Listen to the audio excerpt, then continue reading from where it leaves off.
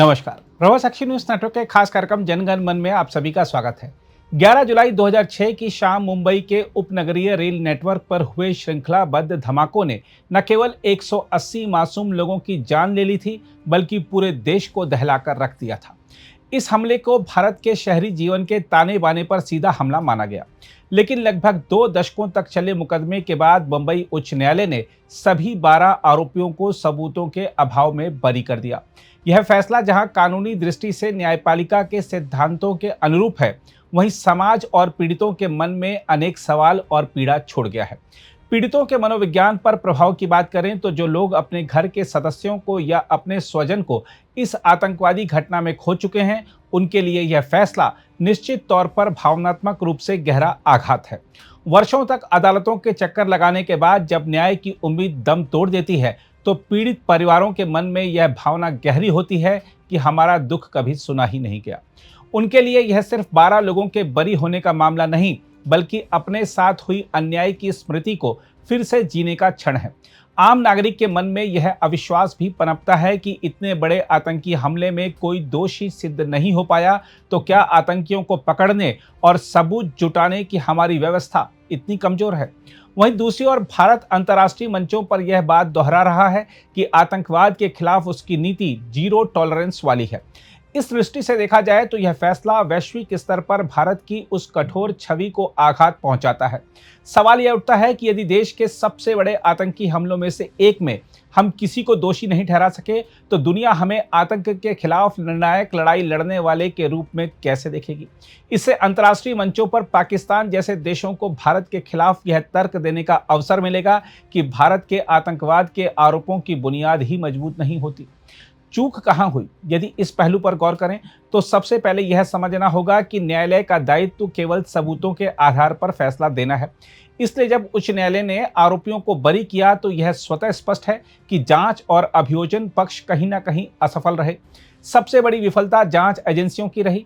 जांच की गुणवत्ता, सबूत जुटाने की कार्यप्रणाली और केस को मजबूत बनाने की प्रक्रिया में भारी चूक हुई। अदालत का फैसला दर्शा रहा है कि स्वीकार्य और सुसंगत सबूत नहीं रखे गए, जिससे अदालत को यह यकीन नहीं हो सका कि इन 12 व्यक्तियों ने ही यह कृत्य किया।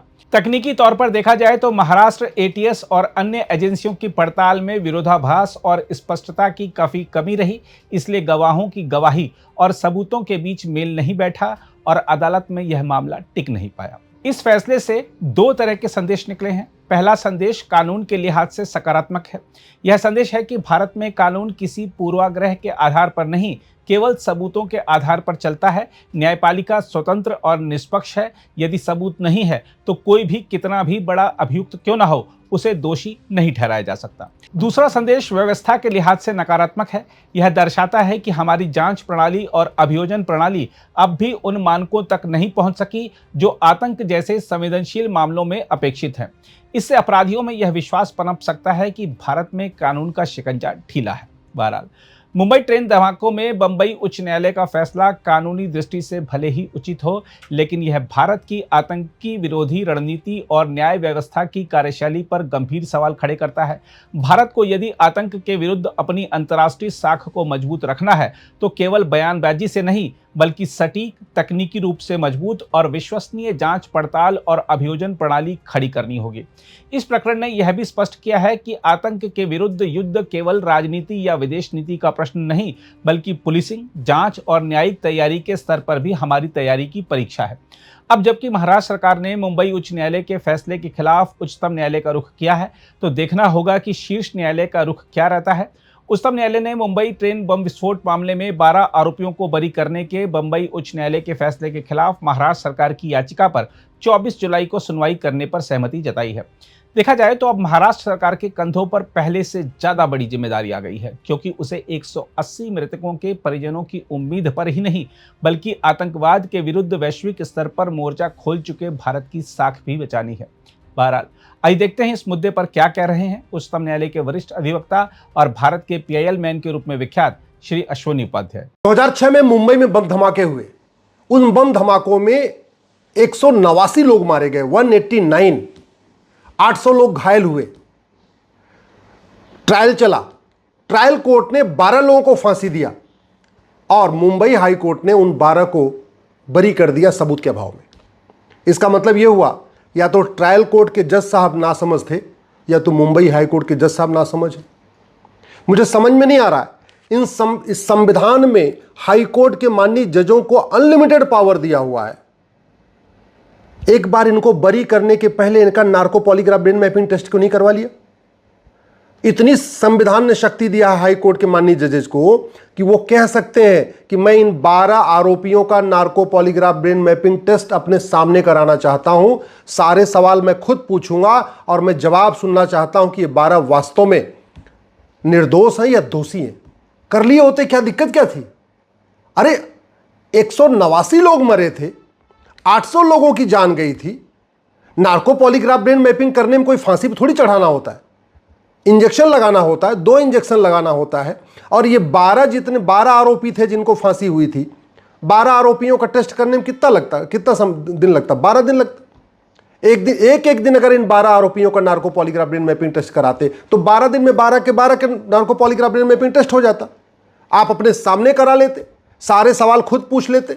चलो पुलिस के ऊपर भरोसा नहीं, राज्य सरकार के ऊपर भरोसा नहीं, जांच एजेंसी पे नहीं भरोसा, तो खुद ही अपने सेटिस्फैक्शन के लिए टेस्ट करा लेते और कराने के बाद सोचते कि वास्तव में पुलिस ने जांच सही किया कि नहीं सही किया, ट्रायल कोर्ट ने जो फांसी दिया था वो सही दिया कि नहीं दिया।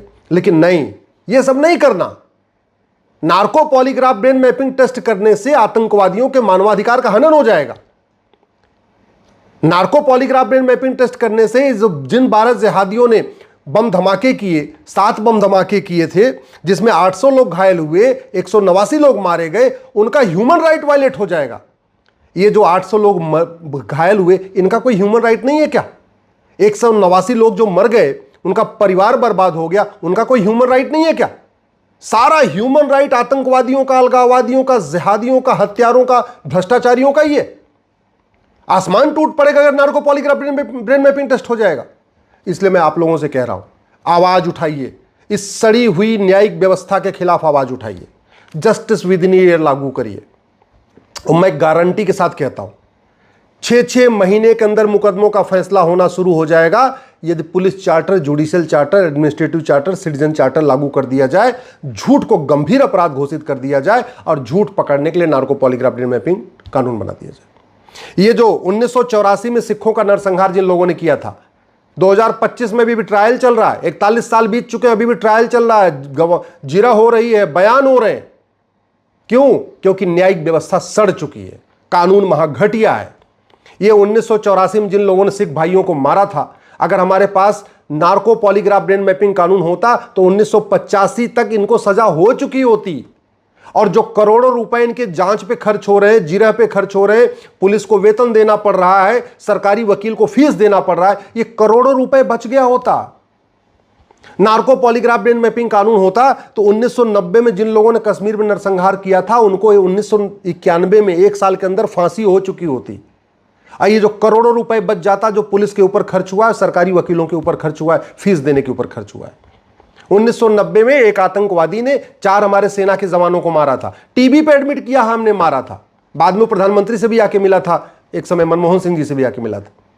नार्को पॉलीग्राफ ब्रेन मैपिंग कानून होता तो 1991 में उसको भी फांसी हो जाती। और जो उसको आज बिरयानी खिलाने पे पिछले 35 साल में करोड़ों रुपए खर्च हो गए हैं, सरकारी वकील के ऊपर करोड़ों रुपए खर्च हो रहे हैं, ये नहीं होते। और ये जो सरकारी वकील की फीस जाती है, ये पुलिस वालों के ऊपर जो वेतन जाता है, ये सब आपके जेब से खर्च हो रहा है, आपके जेब से, आपकी जीएसटी से, आपके इनकम टैक्स से, आपके टोल टैक्स से, आपके रोड टैक्स से, आपके वैट से, आपके टीडीएस से हो रहा है। फिर भी आप शांत बैठे हुए, फिर भी ये सड़ी हुई न्यायिक व्यवस्था खिलाफ आवाज नहीं उठा रहे। अगर नार्को पॉलीग्राफ ब्रेन मैपिंग कानून होता तो 2006 में जिन लोगों ने मुंबई में बम धमाका किया था, 2007 में फांसी हो चुकी होती है। ये आज की डेट में हाई कोर्ट के जज साहब भी बरी नहीं कर पाते। अगर narco polygraph brain mapping test होता, उसकी वीडियोग्राफी होती, साफ साफ वो खुद ही बताते कि हाँ हमने ये काम किया है। पता नहीं क्यों नहीं कानून बना रहे, किसको बचा रहे। आतंकवादियों के मानवाधिकार की कितनी चिंता, जिहादियों के मानवाधिकार की कितनी चिंता, और भारत में रह रहे आम जनता के मानवाधिकार की कोई चिंता नहीं। कितने लोग अब तक मारे जा चुके। कन्हैयालाल की हत्या हुई थी, उदयपुर फाइल भी बन रही है, लेकिन कन्हैयालाल के हत्यारों को फांसी नहीं हुई। क्यों? नार्को पॉलीग्राफ ब्रेन मैपिंग कानून नहीं है। राजू की हत्या हुई, कृष्णा की हत्या हुई, शिवम की हत्या हुई, बादल की हत्या हुई, नीलेश की हत्या हुई, कमलेश तिवारी की 2012 में हत्या हुई थी, याद है आपको? लखनऊ में आके घर में घुस के गला काट के मार के गए थे। वीडियो है, उसका फुटेज है, मारने वालों ने खुद ही वीडियो बनाया था। आज तक कुछ नहीं हुआ। 2012 में हत्या हुई थी। झूठ बोलना गंभीर अपराध होता, नार्को पॉलीग्राफ ब्रेन मैपिंग कानून होता, police reform, judicial reform, administrative reform किया होता, तो आज तक इन कमलेश तिवारी के हत्यारों को भी फांसी हो गई होती और ये कृष्णा, शिवम, बादल, नीलेश के हत्यारों को भी फांसी हो गई होती। गंगाराम, डॉक्टर नारंग, रतनलाल, अभिजीत, रामलिंगम, रिंकू शर्मा, ध्रुव त्यागी, चंदन गुप्ता बेचारा तिरंगा यात्रा निकाला था, तिरंगा यात्रा में उसको गोली मार दिया, भीड़ के सामने गोली मारा। अभी केवल गवाहों के बयान हो रहे हैं, अभी केवल जिरा हो रही है, अभी पूछताछ हो रही है। हट, सड़ी हुई कानून व्यवस्था। क्यों नहीं इसके ऊपर आप लोग बोलते? क्यों नहीं कहते भैया पुलिस रिफॉर्म करो, जुडिशियल रिफॉर्म करो, एडमिनिस्ट्रेटिव रिफॉर्म करो, झूठ को गंभीर अपराध घोषित करो? क्यों नहीं कहते नार्को पॉलीग्राफ ब्रेन मैपिंग कानून बनाओ? बंधु प्रकाश, रचित जाटव, अंकित शर्मा, दिलवर नेगी, किशन भरवाड़, अंकित सक्सेना दिल्ली में गला रेत के मारा था पकड़ के सामने, लेकिन कुछ हुआ नहीं। क्यों? क्योंकि न पुलिस रिफॉर्म हुआ, न जुडिशियल रिफॉर्म हुआ, न एडमिनिस्ट्रेटिव रिफॉर्म हुआ, न सिटीजन चार्टर लागू किया, न पुलिस चार्टर लागू किया, न झूठ को गंभीर अपराध घोषित किया, न नार्को पॉलीग्राफ ब्रेन मैपिंग कानून बनाया। ऐसे ही हजारों की संख्या में हमारे बेटे मारे जा चुके हैं और मारे जा रहे हैं। कन्हैया लाल की हत्या हुई थी, अभी कल जयपुर में एक और हत्या हो गई। ऐसे ही 14 चाकू मारा है छाती पे चढ़ के। लोगों की जान इतनी सस्ती हो चुकी, 1 लाख रुपए में किसी की हत्या करवा दो, 1 लाख रुपए में किसी के खिलाफ झूठा FIR करवा दो, 1 लाख रुपए में किसी के खिलाफ झूठी जांच करवा दो, 1 लाख रुपए में 10 झूठे गवाह खड़े कर लो। हम झूठ को गंभीर अपराध घोषित क्यों नहीं कर रहे हैं? झूठी शिकायत, झूठी जांच, झूठी गवाही को सीरियस क्राइम क्यों नहीं डिक्लेयर कर रहे हैं? अल्टीमेटली छूट रहे हैं, झूठी गवाही के दम पे छूट रहे हैं। और झूठी गवाही चूंकि अपराध नहीं है तो लोग 10-10 हज़ार रुपए के लेके 20-20 हज़ार रुपए लेके 50 हज़ार रुपए की झूठी गवाही दे रहे हैं।